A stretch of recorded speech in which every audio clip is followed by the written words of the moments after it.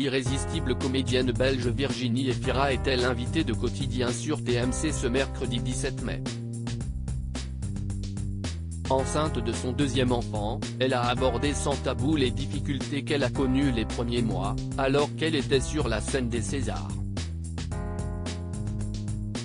Virginie Efira a officialisé de façon flamboyante sa seconde grossesse, en apparaissant plus divine que jamais en couverture du magazine Télérama, dévoilant son ventre rond. À 46 ans, celle qui est déjà maman d'Ali, née de son ancien couple avec Mabrouk El Mekri, attend un bébé avec le comédien Nils Schneider. Si est donc une femme épanouie et rayonnante qui a fait son entrée sur le plateau de Quotidien sur TMC ce 17 mai 2023 pour défendre l'un des deux films qu'elle va accompagner au Festival de Cannes, L'amour et les forêts de Valérie Donzelli. Débordante de naturel et de sincérité, elle est revenue sur sa grossesse à la demande de l'animateur Yann Bertrand. Reconnaissant que sa grossesse suscite beaucoup de curiosité, pour le heureux événement en lui-même mais aussi parce qu'elle vient de fêter ses 46 ans, Virginie Efira estime que le monde ne cesse pas pour autant arrêter de tourner.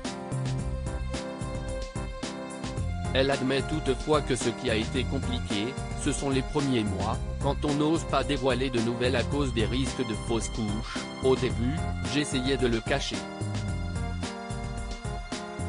Les Césars par exemple, c'était tôt. J'étais en apnée continuelle. Une cérémonie qui a eu lieu en février dernier et durant laquelle elle a reçu le César de la meilleure actrice pour Revoir Paris. Impossible de la rater à Cannes. L'actrice profite de son passage dans Quotidien pour expliquer qu'à présent, elle ne cache plus sa grossesse mais ne le fait pas pour braquer toute l'attention sur elle, même si elle reconnaît que la couverture du magazine est relativement démonstrative. Ce qu'elle souhaite avant tout, c'est défendre les films dans lesquels elle a joué et donc difficile pour elle de dissimuler son ventre. Elle sera donc au Festival de Cannes durant une semaine pour présenter L'amour et les forêts dans la section Cannes première, puis Rien à perdre dans la catégorie Un certain regard. Les photographes vont se faire une joie d'immortaliser la divine comédienne dont le naturel désarmant fait autant mouche devant les objectifs que sa sincérité au micro des journalistes.